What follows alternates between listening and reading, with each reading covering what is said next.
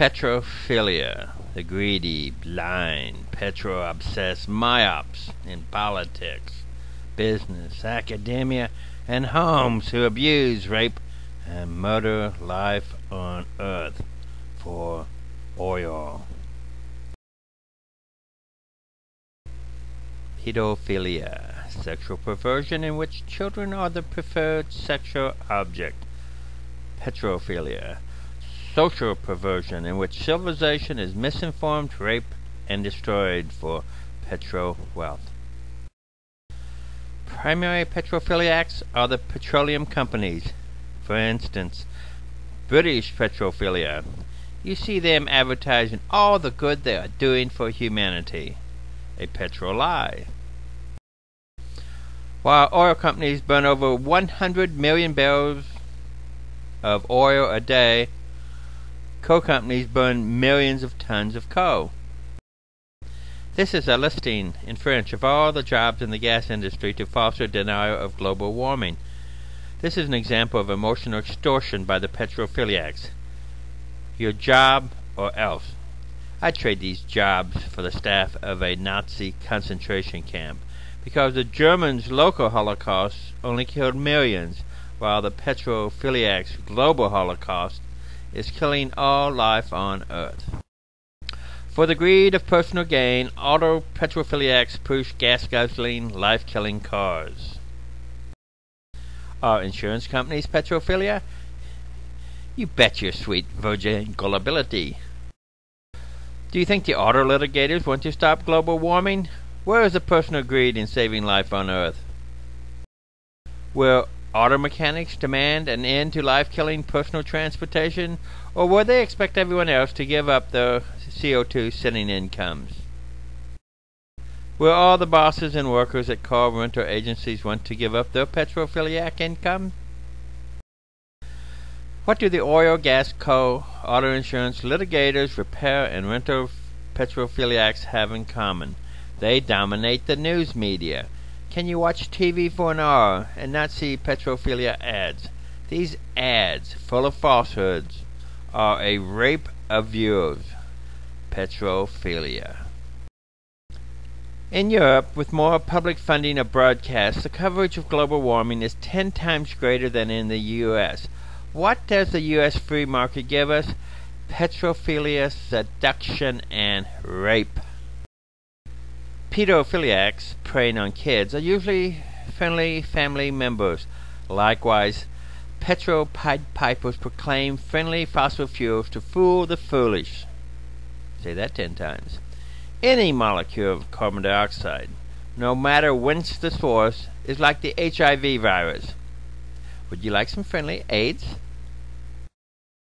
Each time the oil companies raise prices, it is a private energy tax.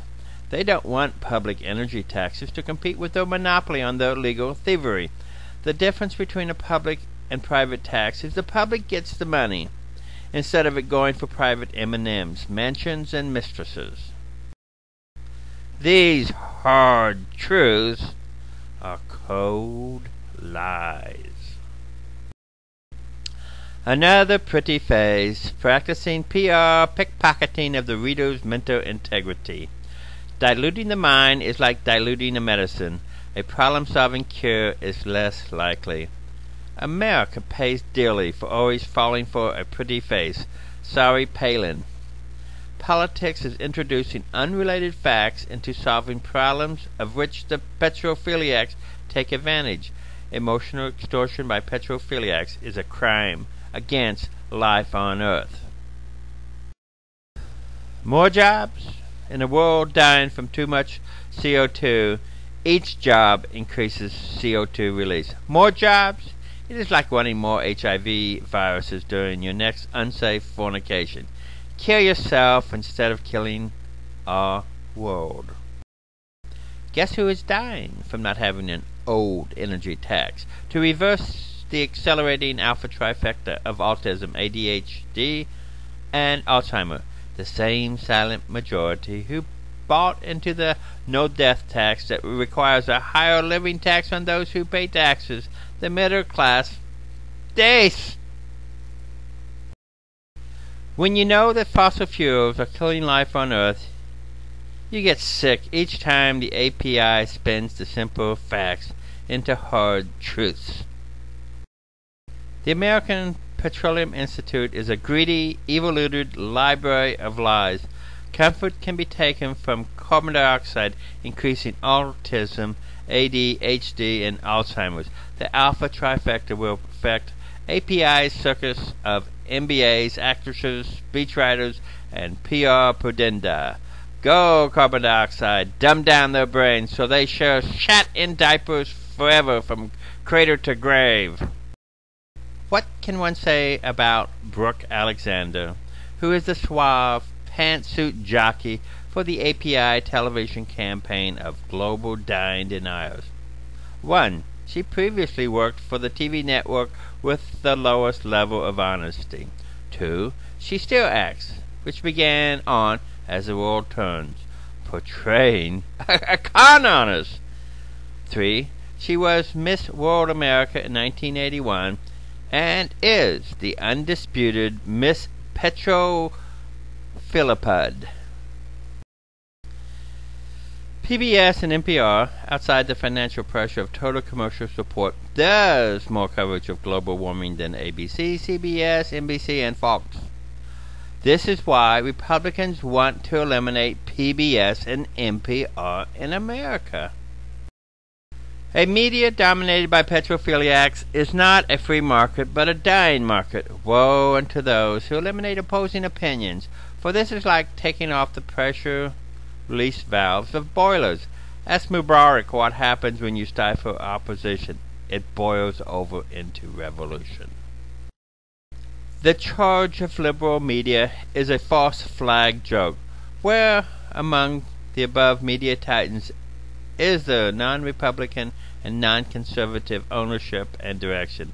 It is like a philandering preacher railing against God-forsaken heathens, ravaging the young. Only this is petrophilia. Fire, fire, fire, liar, liar, pants on fire. Among media contacts, since the original 1982 oil drought essay by this writer, is the disappointment in Joker Roker. He could have initiated a national dialogue on global dying years ago. Joker Roker, a petrophilio lapdog, barking inanities. Seeing him at sites of Mother Nature's revenge for human CO2 sinning, for instance, Joplin, Missouri, is like seeing a pedophile lamenting child molestation. Oh, if only his crocodile tears could fall on the drought-stricken lands that he could have prevented. In a 2-year period in the mid-2000s, there were 3,500 peer-review articles saying man was causing global warming.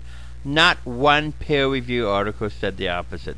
However, the Petrophiliacs purchased a lot of hot-air Judases to tell the party line to the unquestioning masses.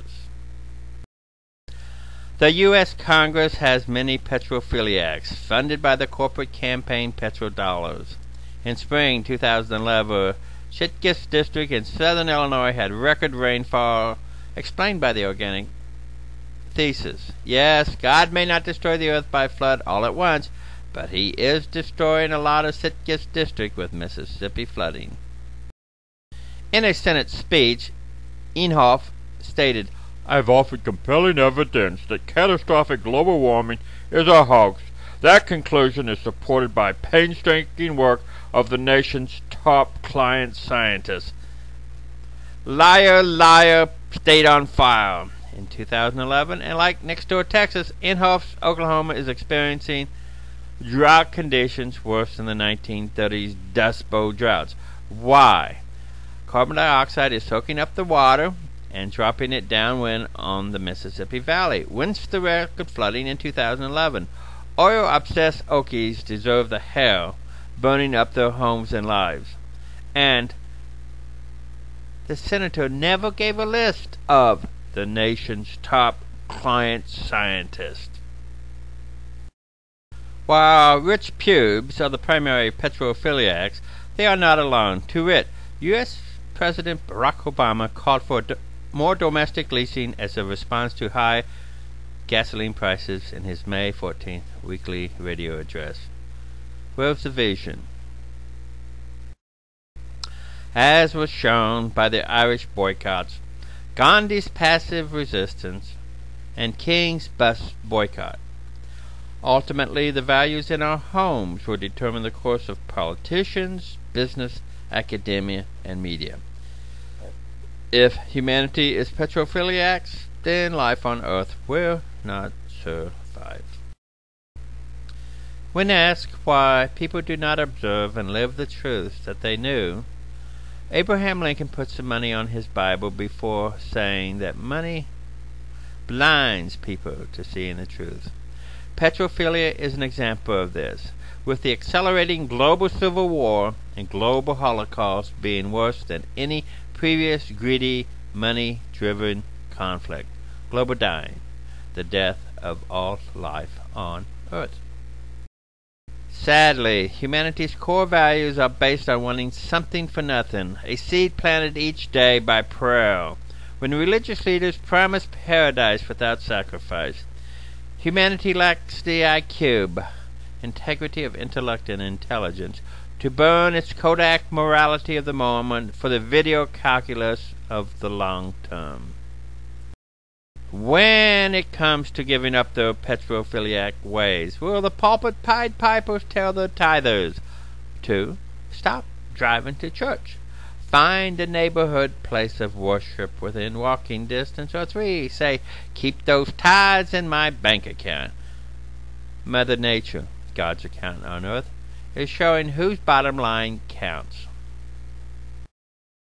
When it comes to saving life on Earth, what is the cry heard around the world? Petrophilia today, petrophilia tomorrow, petrophilia forever. Sadly, as the food chain collapses with the disappearance of the biomass from drought and fire, the petrophiliacs will use their petrodollars to buy the final fuel and personal security. But the masses deserve their hell on Earth for being ignorant scumnuts who want something for nothing. Dace.